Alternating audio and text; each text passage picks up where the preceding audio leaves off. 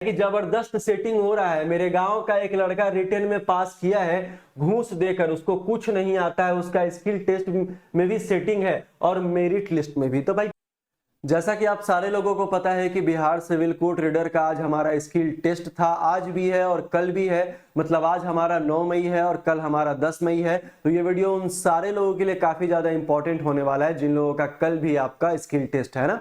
आज का पेपर कैसा था इस वीडियो में हम लोग बात करने वाले, और भी बहुत सारे ऐसा बात करने वाले हैं जिन लोगों का एग्जाम आज था और कल उन लोगों का एडमिट कार्ड तक डाउनलोड नहीं हुआ था। भाई ऐसे ऐसे लोग कमेंट करते हैं जिनको आप देखोगे तो हंसोगे भी और सोचोगे भाई ये कैसे हो सकता है, कि उनको मैंने कितना बार बताया है कि ये वेबसाइट है, यहां से आप एडमिट कार्ड वगैरह सब कुछ डाउनलोड कर सकते हैं। मैं एक ही बात वीडियो में बार बार बताता हूं। खैर इस वीडियो में हम लोग बात करने वाले हैं रीडर स्किल टेस्ट का कैसा था पेपर, और इतना आसान पेपर आज का। देखो भाई आज जो आपका पेपर पूछा गया, हिंदी का पेपर काफी ज्यादा आसान था, इंग्लिश का पेपर उसके लेवल में थोड़ा सा मॉडरेट था, कह सकते हो मॉडरेट लेवल का क्वेश्चन आपसे, मतलब टाइपिंग का जो वर्ड्स है वो आपसे पूछा गया, लंबा लंबा वर्ड्स पूछा गया है। हिंदी का काफी आसान था। और अगर बात करें कीबोर्ड माउस के बारे में, कीबोर्ड वगैरह के बारे में, तो सब कुछ ठीक ठाक था, बहुत कम जगह परेशानी देखा गया है। और जिन लोगों का स्टेनोग्राफर का एग्जाम जो कल कैंसिल हुआ है उनके लिए as soon as possible exam date उनके लिए भी आ जाएगा, उनको भी तैयार रहना पड़ेगा जिन लोगों का एग्जाम कल था। ठीक है,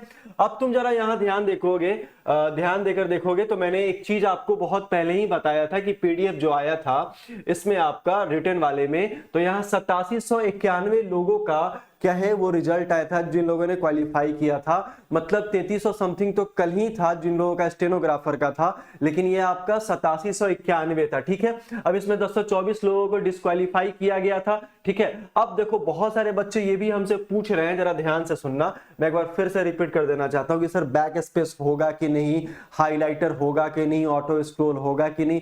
भाई ऑटो स्क्रॉल वहां पे नहीं है, सेल्फ स्क्रॉल करना है, खुद से करना है, और साथ में हाइलाइटर का कोई यूज नहीं किया गया है वहां पे। ठीक है, और बैक स्पेस जो है वहां अनलिमिटेड है, मैंने कल भी आपको यही बात बताया था। बहुत आसान है, देखो कोई भी चीज एग्जाम अगर आप देने जाते हो तो मन में 10 तरीके का बात पहले से चलता रहता है कि सर क्या होगा क्या नहीं होगा। अगर आप मन को शांत करके इत्मीनान तरीके से अगर आप सारा एग्जाम दोगे, जैसे आज और कल का जिन लोगों ने दिया है, ठीक है, और कल भी आपका है, तो कल वाले लोगों के लिए मैं ये कहना चाहता हूं कि एकदम आसान तरीके से दिमाग को शांत करके, हाथ को एकदम कंट्रोल में रख के अगर आप टाइपिंग टेस्ट देते हैं तो सिलेक्शन से कोई नहीं रोक सकता है आपको। ठीक है, दूसरा चीज यहां पे ये तो हो गया है। अब यहां देखोगे कि हिंदी वाले में क्या था, मेरा 50 मार्क्स का था जिसमें आपको 90% एक्यूरेसी करना था। अब बच्चे इसमें भी ये पूछ रहे हैं कि सर 90% एक्यूरेसी नहीं करके 85% एक्यूरेसी करेंगे तो क्या हम पास हो जाएंगे? भाई एक बात बताओ, जब उन्होंने नोटिफिकेशन में ही लिखा है कि 90% एक्यूरेसी आपका होना चाहिए और साथ में यहाँ पे 30 वर्ड पर मिनट आपका हिंदी वाले में होना चाहिए, तो ये तो आपका मिनिमम क्राइटेरिया है जो आपको फुलफिल वहां पे करना है, इतना तो आपको करना पड़ेगा। करेक्शन पे ज्यादा ध्यान देना है, एरर नहीं होना चाहिए। बात समझ रहे हो? एरर का चांस अगर कम है तो सिलेक्शन आपके पास पक्का है। ठीक है, 90% एक्यूरेसी होने के बाद ही कोई बात होगा। और इंग्लिश वाले में भी वही है कि 400 वर्ड, हिंदी वाले में तो 300 वर्ड है और आपका इंग्लिश वाले में 400 वर्ड है। इसमें आपका टाइपिंग स्पीड 40 वर्ड पर मिनट आपका खोज रहा था, इसका भी 90% एक्यूरेसी और इसका भी 90% एक्यूरेसी आपका यहाँ पे दिया गया था नोटिफिकेशन में, मैंने बहुत पहले आपको बताया था, है ना। खैर जो बच्चे तैयारी कर रहे हैं उनको ये बात जानने की आवश्यकता नहीं है।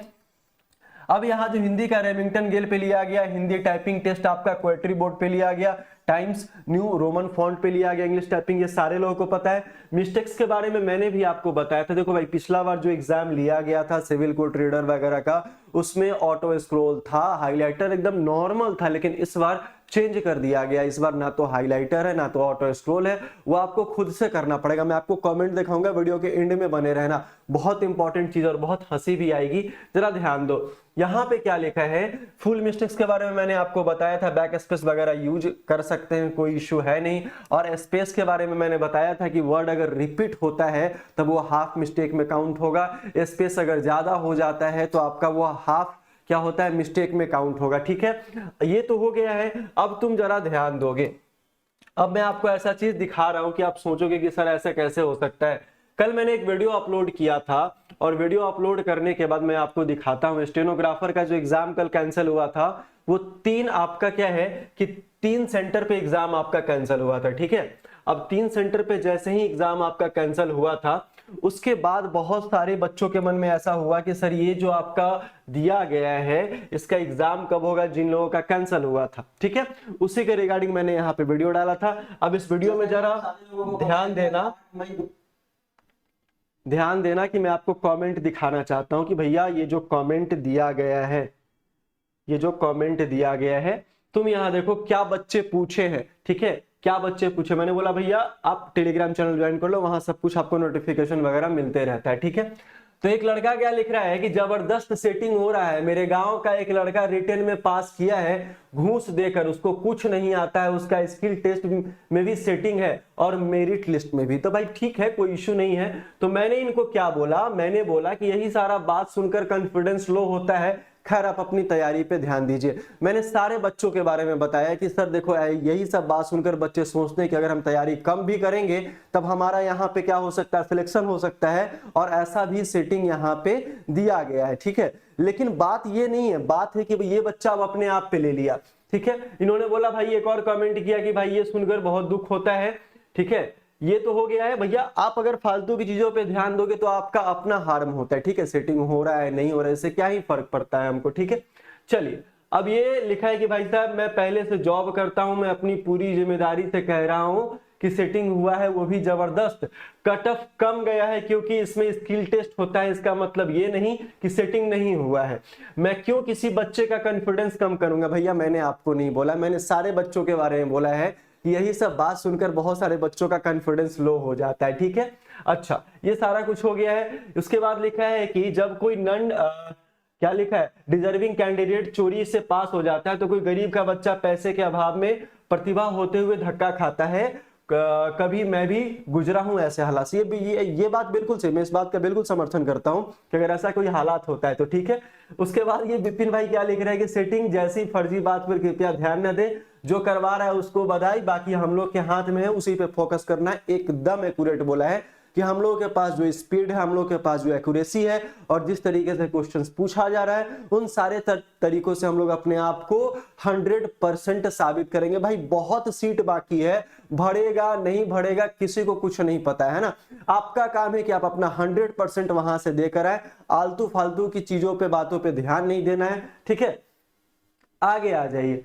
चलिए, ये सारा कुछ तो हो गया। तो ऐसे ऐसे एक और बच्चा कमेंट यहाँ पे क्या किया था, देखिए यहाँ पे लिखा कि सर मेरा आज इसका क्या बोलते हैं रीडर का टाइपिंग हुआ है। ये टाइपिंग लिखे हैं भाई साहब, TAYPING, हो सकता है प्रेडिक्शन गलत हुआ होगा, है ना, लिखने वाले में। तो 6 वर्ड छूट गया है, हिंदी में पूरा मैटर लिखे हैं, शुद्धता में 93-95% के बीच होगा, क्या मेरा सिलेक्शन हो जाएगा? भाई देखो, करेक्शन वहां एक्यूरेसी होना चाहिए, 90% आपका क्या होना चाहिए, वहां पे एक्यूरेसी होना चाहिए, गलत नहीं। 10% माफ है, 10% माफ है, और 40 वर्ड पर मिनट के हिसाब से आपका इंग्लिश वाले में, और 30 वर्ड पर मिनट के हिसाब से आपका हिंदी वाले में। आज वाले में इंग्लिश वाला पेपर टफ पूछा गया, ठीक है। अब देखिए टोटल एग्जाम सेंटर कितना कैंसिल हुआ है, ये सारा कुछ हो गया। मैंने प्यून का भी एग्जाम डेट बताया, आप लोग जाकर देख सकते हो वीडियो में कि भाई जुलाई में इसका एग्जाम ले लेगा, क्लर्क वाले का जुलाई में एग्जाम ले लेगा, ठीक है। ये सारा कुछ आपका देखो, कल जो सेंटर जो कैंसिल हुआ था उसके बारे में यहाँ पे इस तरीके से बात यहाँ पे की जा रही है। तो इन सारे बातों पे आपको ध्यान नहीं देना है, कल के लिए आपको पूरा तैयार हो जाना है। और सेटिंग वाले बातों पे तो आपको बिल्कुल भी ध्यान नहीं देना है ना, कि कौन सेटिंग करा रहा है कौन सेटिंग नहीं करा रहा है। भाई हमारे पास क्षमता है ना, हमारे पास क्षमता है कि हम अपने क्षमताओं को वहां प्रदर्शित करेंगे और अच्छे तरीके से एग्जाम देकर आएंगे, ठीक है। पेपर भाई बहुत आसान पूछा जा रहा है, बहुत लिबरल पेपर है। जो लोगों को पेपर टफ लग रहा है वो कहीं ना कहीं मेहनत से पीछे हैं, कहीं ना कहीं प्रैक्टिस से पीछे हैं। तो इन सारे बातों पे ध्यान नहीं देना है, कल के लिए तैयार हो जाइए, दिमाग को ठंडा कीजिए, और थोड़ा सा जो पहला और दूसरा जो पैराग्राफ जो आपका ये सेंटेंस होगा, जो आपका ये होगा, उसको थोड़ा सा आराम से लिखने का प्रयास कीजिएगा स्टार्टिंग का। बाद में आपका स्पीड 50, 60, 70, 100, कल भी मैंने यही बात बोला था, वो आप वहां पे कंटिन्यू कर सकते हैं, लेकिन थोड़ा सोच समझ के करिएगा। और कीबोर्ड का जो भी इशू है, वो कीबोर्ड का इशू अगर काम नहीं कर रहा है तो एक बार प्रेस करके टेस्ट कर लीजिएगा, नहीं होगा बदलवा लीजिएगा। वहां पे कोई नोक झोंक की आवश्यकता नहीं है भाई, एकदम कट टू कट बात करना है, क्लियर टू क्लियर बात करना है, ठीक है। चलिए, तो कल के लिए भी तैयार हो जाइए, हम लोग मिलते हैं फिर से नेक्स्ट वाले वीडियो में, तब तक के लिए बहुत बहुत धन्यवाद। जय हिंद।